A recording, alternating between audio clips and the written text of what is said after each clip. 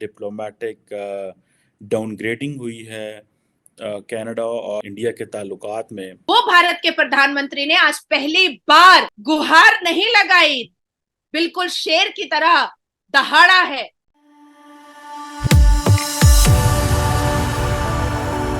जय हिंद दोस्तों, मेरे चैनल मोदी देश में आपका स्वागत है। दोस्तों, इस वीडियो को लाइक और शेयर जरूर कीजिएगा।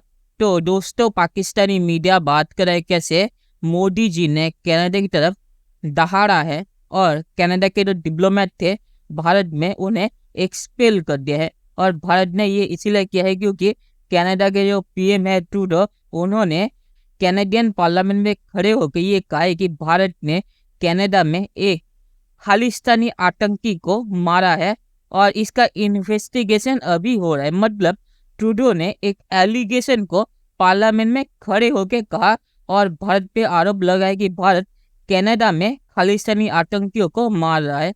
तो उसके बाद भारत ने ये चीज़ की और कनाडा ने भी भारत के एक डिप्लोमेट को एक्सपेल किया है।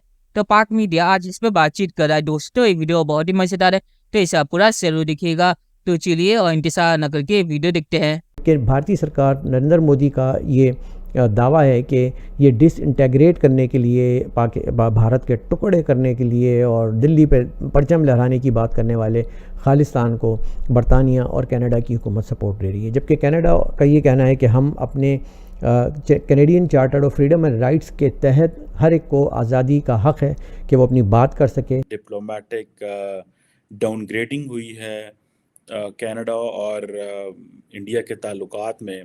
जो भारत का प्रधानमंत्री श्री नरेंद्र दामोदर दास मोदी गंगा में भी माता ढूंढ लेते हैं, शंकर में भी कंकर में भी शंकर ढूंढ लेते हैं, वो भारत के प्रधानमंत्री ने आज पहली बार गुहार नहीं लगाई, बिल्कुल शेर की तरह दहाड़ा है। हाँ, संस्कृत स्कूल और कॉलेज से पढ़ा हुआ एक व्यक्ति चाय बेचते बेचते प्लेटफॉर्म पर सोते सोते जो अपनी कहानियों को बोलने से हिचकिचाता नहीं है, जो अपनी गरीबी को बताने से कभी पीछे नहीं हटता है, जो अपनी गरीबी और अपनी अपनी अपनी भूख के तपिश को बताने से कभी भी अपना मुंह नहीं छुपाता है। संस्कृत से पढ़ा हुआ एक व्यक्ति, एक मामूली स्कूल, एक मामूली कॉलेज और एक मामूली यूनिवर्सिटी से पढ़ा हुआ एक व्यक्ति आज भारत का प्रधानमंत्री बना है और पूरी दुनिया में अपना डंका पिटवा रहा है। पूरी दुनिया रेड कारपेट बिछाती है, पूरी दुनिया उस संस्कृत के मामूली से स्कूल कॉलेज और यूनिवर्सिटी से पढ़े हुए व्यक्ति के लिए पूरी दुनिया अपनी पलकें बिछा करके रखती है और बड़े बड़े प्रेसिडेंट और प्राइम मिनिस्टर और शहजादे आकर के उनके गले लगते हैं और जय सिया राम कहते हैं। प्राइम मिनिस्टर ट्रूडो इंडिया में थे तो उस वक्त भी इंडियन मीडिया ने बड़ी टफ लाइन ली हुई थी। This is basically a tit for tat move. और फिर आज सुबह कनाडा इंडिया जो है उसने रिजेक्ट किया एलिगेशंस। एक अमेरिकन जो हैं will stand with Canada on this? No, they will not stand. आप प्राइम मिनिस्टर मोदी को कैसे, अभी आप अगर इंडियन मीडिया देखें तो ऐसे लग रहा है कि सारा they are speaking with one voice. So ये, लेकिन ये चीज़ ये एक ऑर्डिनरी चीज़ नहीं है। मैं आपको बात बताऊँ, India is not going to back out और Canadians are going to pressurise more. ये भी मुझे अंदाज़ा है, इसकी समझ आ रही है, बिकॉज जिस लेवल पे उन्होंने चीज़ें की हैं they are going to pressurise more. ये पहला G7 कंट्री है, मैं बार बार कह रहा हूँ, G7 matters a lot and remember गोरे गोरे ही होते हैं, दे हैव देयर ओन, उनका वो एक है। लेकिन इंडिया के पास क्वेश्चन है जी कि हमारी सॉवरेनिटी, हमारी ये जो सेपरेटिज्म है, it has no reason this and that. जैसे फॉर एग्जांपल मैं देख रहा था कि अभी जो कैनेडियन एम्बेसडर वहाँ से निकले हैं, उनके मिनिस्टर फॉर एक्सटर्नल अफेयर्स, तो मीडिया ने उनको फॉलो किया और फिर उसको जैसे हाईलाइट किया जा रहा है इंडियन मीडिया के अंदर, देखो हमने ये किया, ये हमने वो किया। तो ये चीज़ें जो हैं दैट दीज आर देयर। और ये हमें नहीं इसका अंदाज़ा कि किस हद तक ये जाता है, क्या लंबा जाता हो सकता है। विच बाइडन साहब पै जाए होंगे ना साढ़े पिंडा के पाओ यार सुलह कराओ मुंडिया दी, ठीक है। सो ये अगर सुलह होती है तो द बोथ कंट्रीज, मेरा ख्याल है the Canadians will have to back out more, because Canadians तो मेजर वो हैं जो इल्ज़ाम लगा रहे हैं। नई टेंशन ने अब क्या जन्म लेना, टेंशन तो ठीक ठाक है, ऑलरेडी ठीक ठाक है, उसमें कोई अब नयापन तो रहा नहीं। अब भारत की तरफ से भी बहुत फर्म है सिचुएशन के भी terror and talk could not go hand in hand. अब कनाडा में आपके जो प्राइम मिनिस्टर गए थे सर, कैसा जहाज लेकर गए थे कि जो वहां पे वापसी के लिए उनको इंतजार करना पड़ा, खराब हो गया।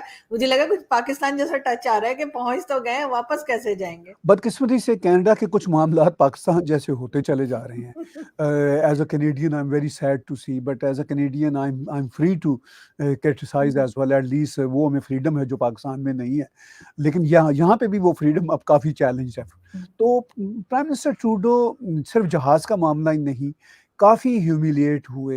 सैडली मुझे बड़ा दुख होता है कि मेरे देश के प्राइम मिनिस्टर जस्टिन ट्रूडो को भारत में ह्यूमिलिएट होना पड़ा, लेकिन अनफॉर्चुनेटली वो कनाडा में भी काफ़ी ह्यूमिलिएट हो रहे हैं। इस वक्त कनाडा में भी उनका अगला इलेक्शन जीतना काफ़ी मुश्किल दिख रहा है, इसलिए कि उनकी जो पॉलिसीज़ हैं वो कोई इतनी अच्छी नहीं है, इकोनॉमिक पॉलिसीज़ भी इतनी अच्छी नहीं है।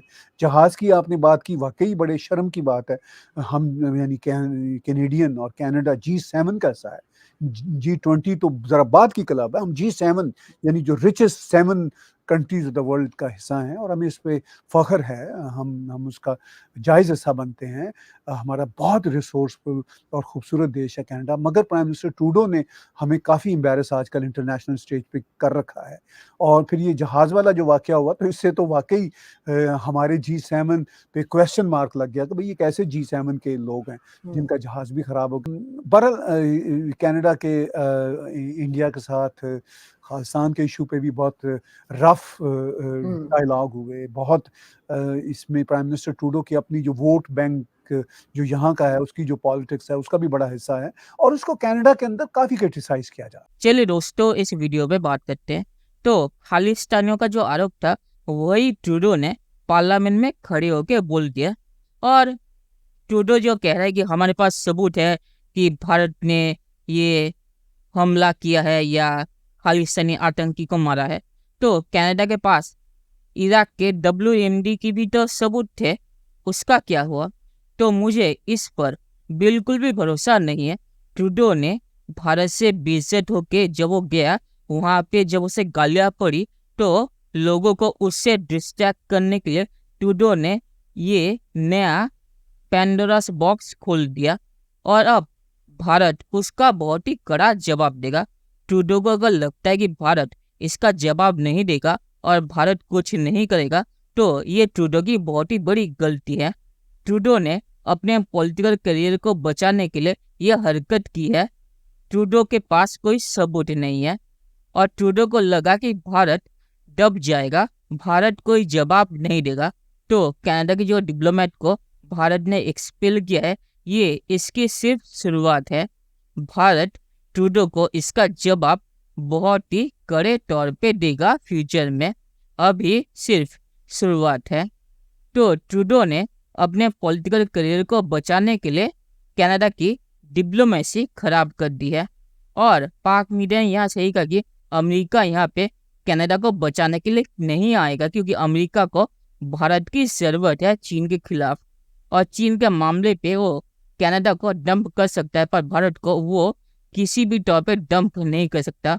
और अमेरिका को भी पता है कि इस एलिगेशन में कितनी सच्चाई है, इसीलिए व्हाइट हाउस ने भी इस पे कोई कड़ा जवाब नहीं दिया, और कनाडा को आखिर में भारत से माफ़ी मांगनी पड़ेगी, क्योंकि भारत इस पे पीछे हटने वाला नहीं है। ट्रूडो ने जो पार्लियामेंट में खड़े होकर कहा है कि उसके पास सबूत है कि खालिस्तानी आतंकी को भारत ने मारा है, तो इसके सबूत ट्रूडो को पब्लिकली या इंटरनेशनल एरिना में दिखाने पड़ेंगे। ट्रूडो बिना माफ़ी मांगे या बिना ये माने कि ये उसने अपने पॉलिटिक्स के चक्कर में किया है, भारत इससे पीछे हटने वाला नहीं है। और आखिर में मैं ये कहूँगा कि ट्रूडो ने जो ये पार्लियामेंट में स्पीच दी है, उसके वीडियो के नीचे अगर आप जाके कमेंट पढ़ेंगे, तो कनाडा के लोग भी ट्रूडो को गालियाँ दे रहे हैं, और वो भी कह रहे हैं कि ट्रूडो ने अपने पॉलिटिकल करियर को बचाने के लिए ये नया पैंडोरास बॉक्स खोल दिया है, और इसमें कोई सच्चाई नहीं है। ये कनाडा के लोग बोल रहे हैं, ये भारतीय नहीं है। तो चलिए देखते हैं कि फ्यूचर में क्या होता है। दोस्तों, ये वीडियो देखने के लिए बहुत बहुत शुक्रिया, और हमारे चैनल सब्सक्राइब करना मत भूलिएगा। Thank you very much.